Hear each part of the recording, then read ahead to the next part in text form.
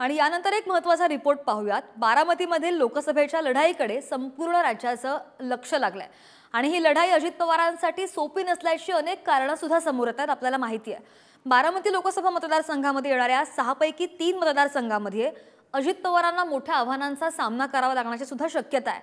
कोणते आहेत हे मतदारसंघ आणि अजित पवारांसमोर नेमकी काय आव्हानं उभी राहू शकतात याचाच आढावा घेणारा हा खास रिपोर्ट पाहूयात।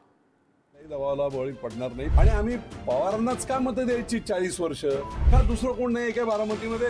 पवार साहेब नाहीतर पुतण्या नाहीतर मग मुलगी। आम्ही पूर्णपणे पवार कुटुंबियांच्या घराणेशाहीच्या विरोधात आहोत। विजय शिवतारेंची बंडखोरी महायुतीसाठी चांगलीच डोकेदुखी ठरते। मुख्यमंत्री एकनाथ शिंदेंनी विजय शिवतारेंची दोनदा समजूत काढायचा प्रयत्न केला, पण ते बारामती लोकसभा मतदारसंघातून निवडणूक लढण्यावर ठाम आहेत। अजित पवारांची राजकीय दादागिरी मोडीत काढण्याचा निश्चय त्यांनी पुन्हा एकदा बोलून दाखवलाय। आता हा वाद नेमका काय आहे तर युती सरकारच्या काळात शिवतारे राज्यमंत्री असताना पुरंदरवरून बारामतीला देण्यात येणाऱ्या पाण्यावरनं वाद पेटला होता। बारामतीला पाणी कसं जातं हे पाहतो असं चॅलेंज शिवतारेंनी अजित पवारांना दिलं होतं। 2019च्या लोकसभा निवडणुकीत विजय शिवतारेंनी पार्थ पवारांविरोधात आक्रमक प्रचार केला होता। या निवडणुकीत अजित पवारांनी शिवतारेंना सांगून पाडलं, मी कसल्याही दबावाला बळी पडणार नाही। फक्त एकच आहे, एका कोणाला थांबवण्यासाठी किंवा मारण्यासाठी दुसरा ब्रह्मराक्षस तयार करणे महाराष्ट्राच्या हिताचं नाहीये। आम्ही पवारांनाच का मत द्यायची 40 वर्ष?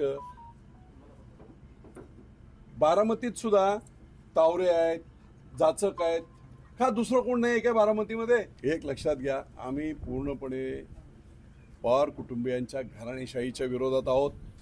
आम्हाला कुठल्याही प्रकारे महायुतीचं वातावरण गढूळ होईल अशा प्रकारचं वक्तव्य किंवा कृत्य करायचं नाही, पण सातत्याने विजय शिवतारे हे करत आहेत आणि संपूर्ण महाराष्ट्रामध्ये हाच मेसेज जातोय की मुख्यमंत्री माननीय एकनाथरावजी शिंदे शिवसेनेचे मुख्य नेते या नात्याने त्यांचे नेते हे त्यांचं ऐकत नाहीयेत। बारामतीत सुप्रिया सुळे विरुद्ध सुनेत्रा पवार असा तुल्यबळ सामना होतोय, त्यामुळे प्रत्येक आमदाराला पदाधिकाऱ्याला महत्त्व प्राप्त झाल्याचं दिसतंय। काही दिवसांपूर्वी शरद पवारांनी 40 वर्षाचं राजकीय वैर बाजूला ठेवून भोरचे काँग्रेस आमदार संग्राम थोपटे यांचे वडील अनंतराव थोपटेंची भेट घेतली।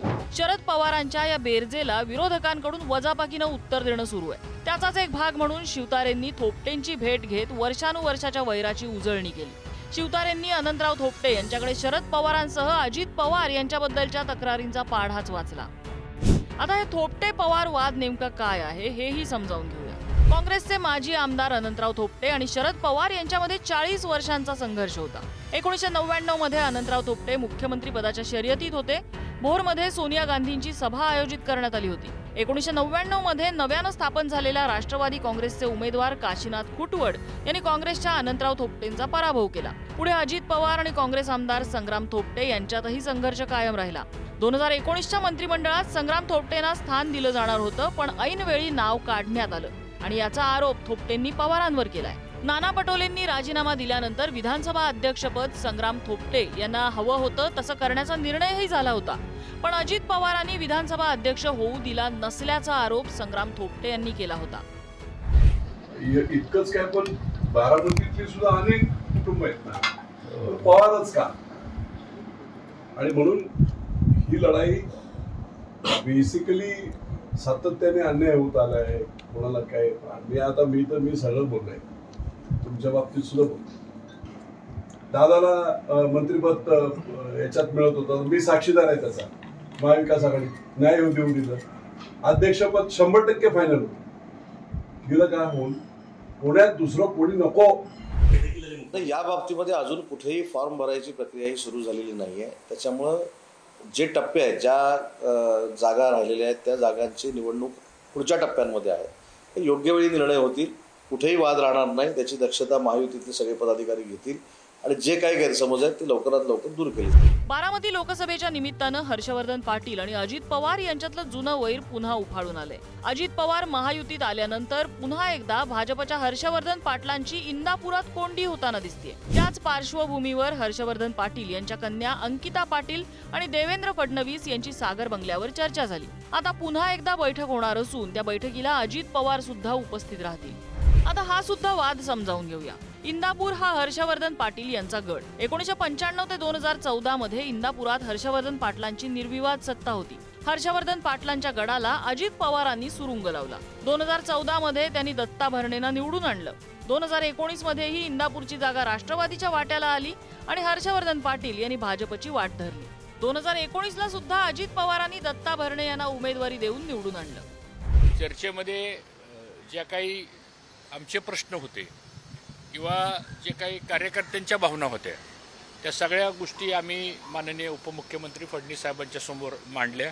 महायुतीचं सरकार आहे म्हणल्यानंतर महायुतीचं वातावरण पण निर्माण झालं पाहिजे आणि ही सगळ्याची जबाबदारी आहे आणि म्हणून मला असं वाटतं की ही जबाबदारी प्रत्येकानेच पाळली पाहिजे. तर ह्या सगळ्या गोष्टीवर चर्चा झालेली आहे. आता पुन्हा दुसरी एक बैठक होईल, त्या बैठकीमध्ये पुढची चर्चा होईल. त्यांची नाराजी नव्हती, त्यांचे काही प्रश्न नक्कीच होते, कारण एवढे वर्ष जेव्हा आमोरासमोर लढतो त्यावेळी निश्चित त्यांचे काही प्रश्न असतात. ते प्रश्न सोडवण्याचं मी पूर्ण आश्वासन दिलं आहे. त्यातल्या काही अडचणी आम्ही सोडवलेल्याही आहेत. मला पूर्ण विश्वास आहे, कारण हर्षवर्धन पाटील जेव्हापासनं भारतीय जनता पक्षामध्ये आले आहेत त्यांनी सातत्याने भारतीय जनता पक्ष मोठा करण्याचा प्रयत्न केलेला आहे. पक्षाच्या प्रती समर्पित भावनेने ते त्या ठिकाणी काम करतात आणि त्यांच्यासारखं नेतृत्व हे मोठं झालं पाहिजे ही भारतीय जनता पक्षाची जबाबदारी आहे.